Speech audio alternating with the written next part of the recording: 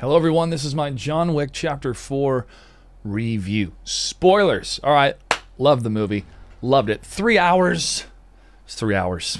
It was 3 hours long. And knowing that it was 3 hours, just that proper anticipation I think was good. Knowing to go to the bathroom before the film. And that knowing it was going to be this length of time, you could kind of have that internal clock of, alright, we're at the end of Act 2 going into Act 3.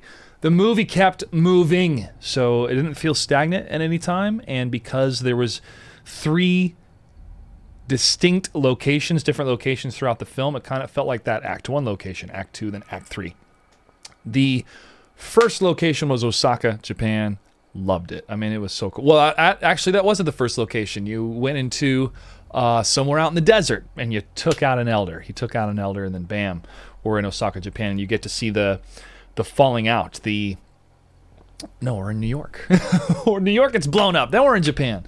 Anyways, Japan is it's such a huge action set piece. It stays with you in a very positive, strong way throughout the film. But until you get to the third act, I mean, it's such a huge fight. I mean, it's crazy. It raises the bar in terms of action in such a way that it feels like other films that have come out in the last year are several steps behind. And I'm talking about the big budget superhero movies. The safe, we're not going to take any risks. The character motivations have to fit within a certain trajectory for the giant franchise, which makes sense, but too much is happening in the world of Marvel that is just not working, not clicking. So when you see a film that's made by consummate professionals that are giving it their all and are taking risks, you as an audience member can feel the difference. And that's just in stark contrast to a lot of films lately. Diving into this first act of the continuation of the story, I mean, right from Chapter 3 into Chapter 4, John Wick wants to be out. He wants to be free. He's going to do whatever it takes to make that happen. And he's going to be, I mean, you would think smart about it, right? He's going to be like, you know what? I can't get out. Boom. Bye, Elder. See ya. And I went, yeah, okay. We're starting to go up against the big bosses. And there's repercussions, consequences. That was the big theme of this movie, consequences. I would say the other theme is friendship. So after, you know, the cost of being friends with John Wick, especially with the character Shimatsu, played by Hiroyuki Sanada. Oh, yes. I mean, dude, anytime this gentleman's in a film, I'm like, I want to watch it. No problem. And Donnie Yen. So to see these two go head-to-head in the first act is just, it's such a feast. It's so great. And the emotion is there because of the phenomenal presence and acting of Rina Sawayama, who immediately you feel the connection she has to her father. Immediately you feel the both professional level of what she's trying to accomplish and the love. And they're trying to have a proper balance with their conversation.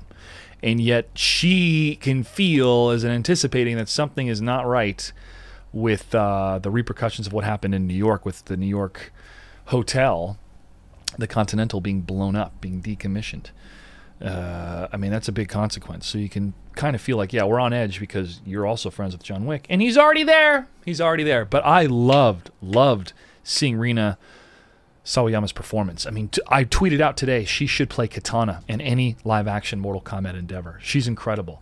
There was one specific moment, and this is maybe going to be like the sexiest scene in all of cinema this year, but she was wearing her work uniform, I'll say work clothes, work wardrobe, and then when people were storming the Continental in Osaka, boom, she took off the robes. You see it in the trailer. She took off the robes, and she has that battle suit underneath.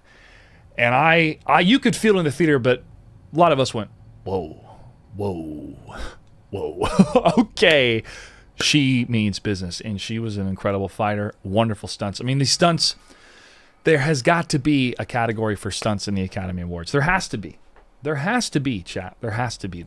Because the level of artistry that we witnessed in this franchise of films, on top of the incredible choreography. My mom, who is a dancer, a professional dancer, she went and saw the film with me. Big fan of Keanu Reeves, of course. She hadn't really watched the other previous films, but knew of them and watched trailers. And she was so impressed with the fight choreography. I mean, it's really something to behold. And when you can combine that with a long take from the camera, you're creating art.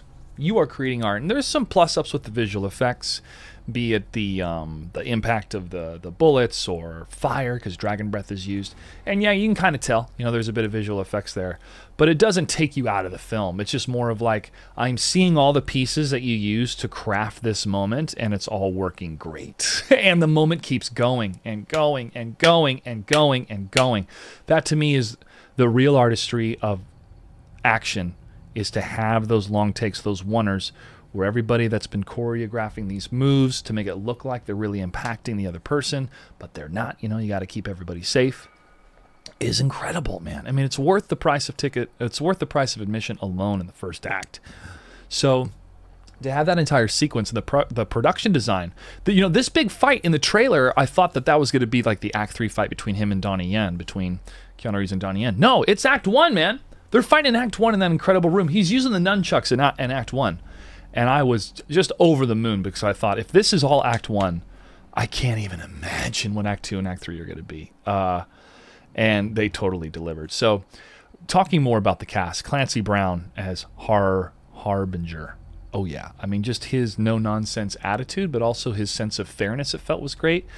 Lance Reddick, rest in peace. Unfortunately, he's the casualty towards the beginning as Sharon, but that's what sets up this wonderful theme of friendship. What should I put on his tombstone? Ian McShane has this soliloquy, if you will, when he's talking to Keanu and to King, played by Lawrence Fishburne, Bowery King. Whew, I mean, every time you see Lawrence Fishburne on camera with Keanu Reeves, I'm thrilled. But to have him and Ian McShane, all together having some wonderful moments, especially talking about what do you want on your tombstone. And when John Wick said loving husband, I was like, whoa, man. I mean, when you're younger, you're like, it's kind of cheesy. But when you're older and you've experienced some semblance of life, and the amount of life that we've experienced with John Wick in the previous 3 films, that really means a lot. And you could feel that on the reactions of Lawrence Fishburne and Ian McShane. Because he hears this world-class assassin. But that's what he wants to be remembered by as a loving husband. It was deep, man, for something kind of so simple. And for a character, John Wick, who says maybe 15 lines the whole movie. He doesn't need to talk much. But it was a great scene. It helped really ground the characters in this hyper-realistic world. There's no cops. You don't see any cops anywhere in this world. This is hyper-realism. Bill Skarsgård as the Marquis. Yeah, you love to hate him. Bill Skarsgård is great. And just the little touches of him, you could just feel him like beaming with confidence through his suits. Like he knew his suits were expressing that inner elitism.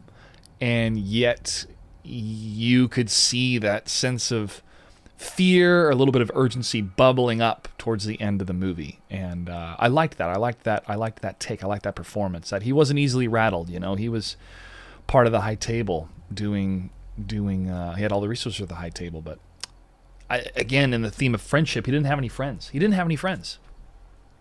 people that worked for him. He didn't have any friends. Marco Zaror, I hope I pronounced that right, as Chidi. I believe he played the big guy that speaks Spanish, and he had just so many good scenes as the bad guy. Shamir Anderson is the tracker. Bro, with the dog. I mean, again, friendship, respecting your colleagues. He got to see, how much of a pain in the butt John Wick was being for the Marquis, so he's using that to his favor to help raise the money. And I love that he had a journal with stuff written down, wasn't using anything digital. He just had a journal written down with his goals, and you saw the money tiers of what he needed and how he could get out, the amount of money to get out of the table. But his performance, his work with the dog, all great. And what a beautiful moment, too, to come full circle with John Wick, when you had Chidi, who was about to shoot the dog, about to take down the dog, and John had the tracker. The tracker's been trying to kill him, trying to stop him, but then John decides to save the dog. And both the tracker and the dog really took that moment. I love Shamir Anderson's reaction, where he's just like, dude, I could have been dead right now. He could have shot me, could have shot my dog, could have lost my dog, but no, I'm still alive. And that sense of realization, both in him and in the dog later, was great. When you have, two people that are trying to kill each other, one person trying to kill the other, but then they find themselves working back to back, like in the old Westerns. So I really, really enjoyed the tracker's presence, and he his narrative thread totally adds to the entire mythology and spirit and experience of this world. Is that there's other assassins out there that are really good at their job. Here we see Donnie Yen, who, oh my goodness, so amazing, and others that we've seen in the previous films. And they're trying to make a living. Some of them maybe want to get out as well, just like John Wick. Donnie Yen, what a performance, man! I mean, from the whole doorbell trip mines, which the whole time I was like, what are they? Are they like echolocations or whatever? And then we're just ding dong. Oh, the audience loved it. Oh, by the way, when the dog pees on Chidi, everybody clapped. Everybody in the theater clapped. It was great. Great revenge. All right, so yeah, Ian McShane, wonderful. Donnie Yen, I mean, just the way he carries himself and still acting blind, as the blind warrior. It's so good. I mean, it's just years and years and years of talent in film and dedication. And I watched a really good interview that Donnie Yen had, where the communication he had with Chad Stokowski was great. So much so that he felt like he understood Donnie Yen more than a lot of other directors in terms of how to express what he needed, like what the fighting language, if you will, of what they needed in the scene. And to hear that amount of synergy between the director and another actor, and Donnie Yen had a lot more input in what he wanted to do. He's like, "Hey, I want to wear good suits. I don't want to fall back into maybe a stereotypical trope or something like that." And for him to just have that complete ownership and expression in that character, both in his high points and his low points, and his relationship with John and the others, really solid work. I would watch a movie starring Donnie Yen as that character continuing forward, because there is a little bit of a stinger at the end, but we'll get to that. So if I'm missing anybody else in the cast,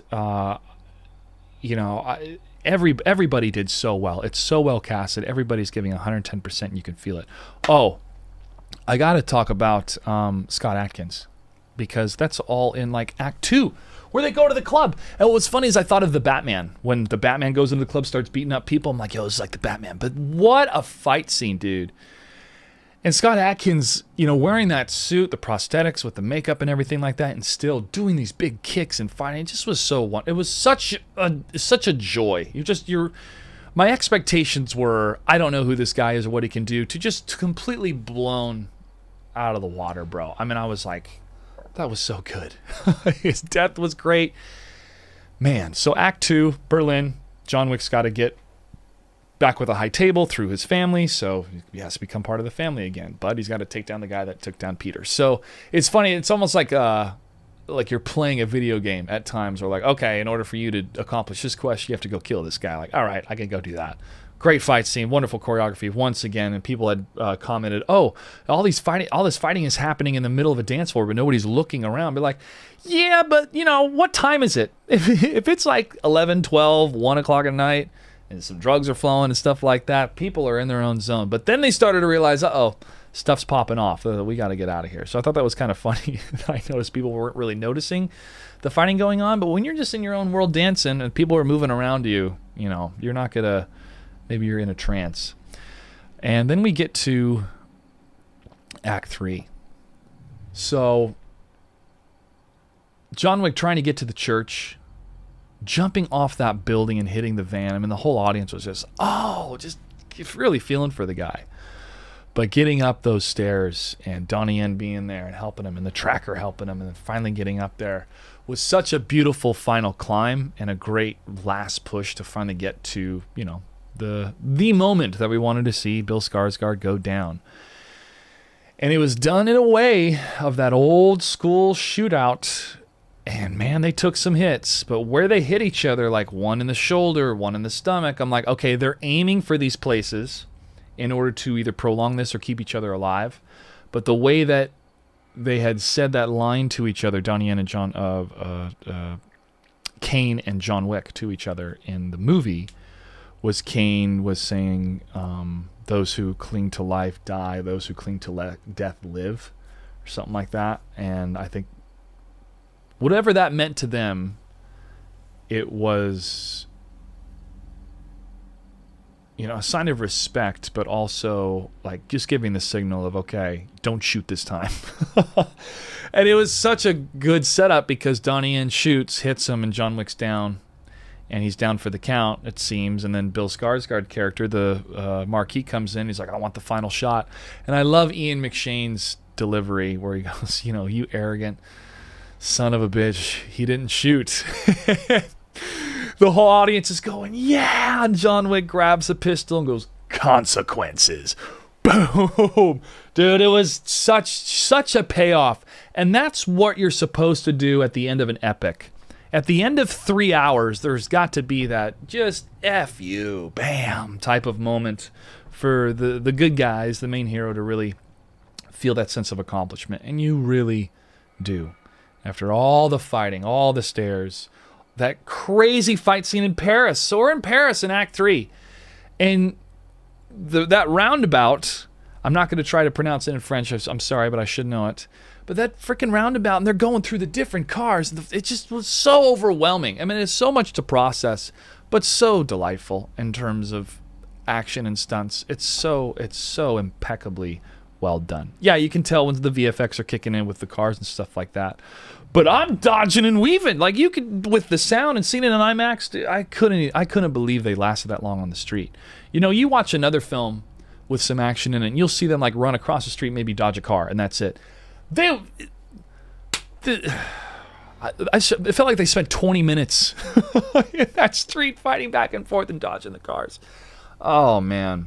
You know, part of me really wants to see this again in theaters just because of the sheer artistry of all the stunts and how much I enjoyed the story. 3 hours is a bit of a lot, though. It's a bit of a lot. It's a lot. 2.5, I think, would have been slightly better. But because